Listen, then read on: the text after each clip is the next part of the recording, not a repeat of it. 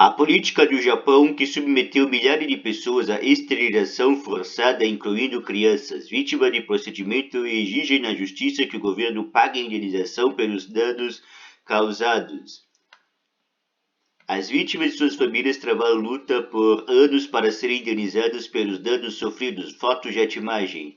Junko Lizuka ainda sofre com as consequências daquela misteriosa cirurgia qual foi forçada a fazer há mais de 60 anos.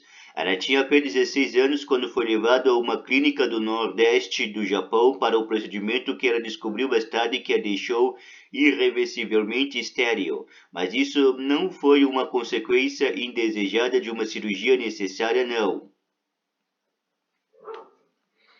A impossibilidade de ter filhos foi o principal objetivo daquela intervenção cirúrgica, realizada no âmbito da política de eugenia aplicada no Japão entre 1948 e 1996, com o objetivo de impedir o nascimento de descendentes de má qualidade e proteger a vida e a saúde da mãe. Estima-se que 16.500 pessoas, principalmente mulheres, foram operadas sem seu consentimento. Cerca de 8.000 deram autorização, embora se acredite que provavelmente sob pressão, e outras 60.000 mulheres fizeram aborto para evitar doenças hereditárias, segundo um relatório parlamentar de 1.400 páginas que foi apresentado recentemente. O relatório, resultado de uma investigação iniciada em 2020, gerou muita indignação ao revelar que pelo menos uma menina e um menino de 9 anos foram submetidos a esses procedimentos. O texto também foi criticado por deixar questões importantes sem resposta em relação a essa política que, na opinião de muitos, o Japão demorou a repudiar. Uma lei para proteger a descendência.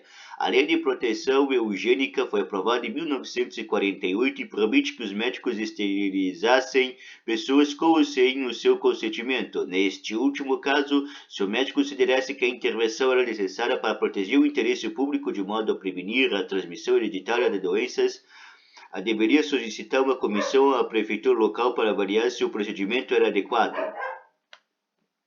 Então, teoricamente, foi criado um mecanismo de revisão do caso que permitia ao paciente apresentar objeções e até mesmo iniciar um julgamento para evitar a operação. No entanto, como alerta Takashi Tsushiya, professor de Osaka State University, em um artigo publicado em 1997, essas disposições de notificação, revisão e demanda não se aplicam no caso de pacientes com deficiência mental ou intelectual. Além disso, algumas diretrizes aprovadas pelo Ministério da Saúde em 1953 estabeleciam que, quando a comissão julgasse necessário, esse tipo de cirurgia poderia ser realizado contra a vontade do paciente e autorizavam a realização do procedimento submetendo o corpo do paciente, dando-lhes um anestésico ou enganando.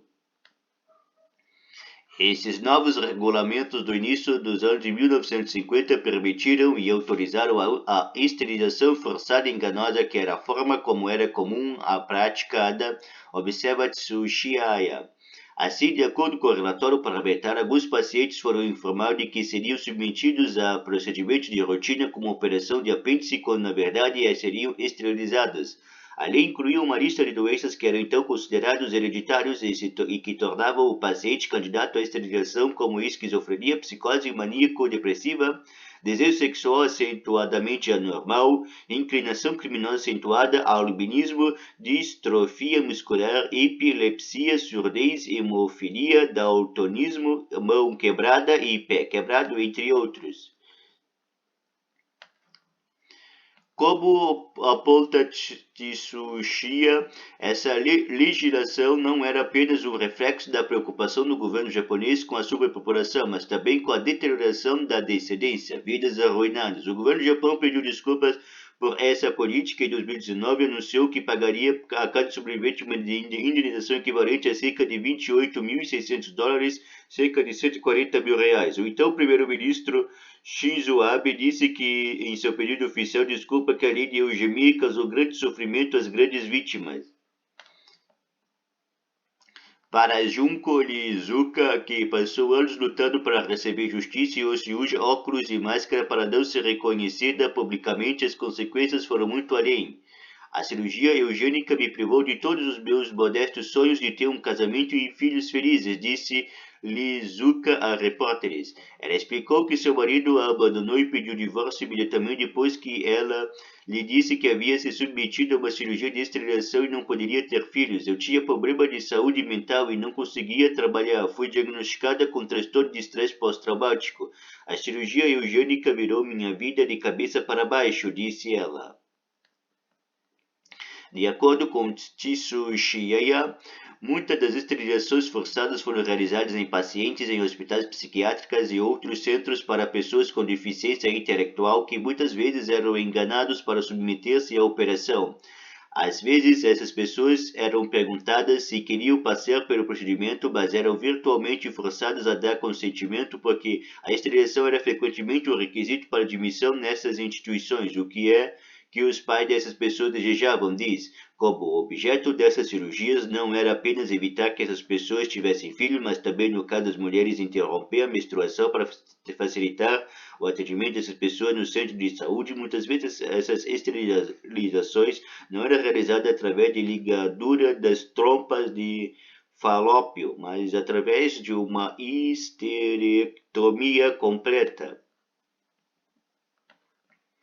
Para interromper a menstruação, a cirurgia precisava remover os ovários ou os úteros, mas como a perda dos ovários causava a perda da feminilidade, os meus médicos preferiam remover o útero para benefício da paciente. Esse procedimento era ilegal porque a lei permitia apenas a esterilização sem remover os órgãos reprodutivos, explica Tsuchiya. Busca por justiça. Durante décadas, as vítimas fizeram campanha pelo reconhecimento dos danos sofridos e pela indenização. Em alguns casos, elas foram diretamente aos tribunais obtendo resultados diferentes.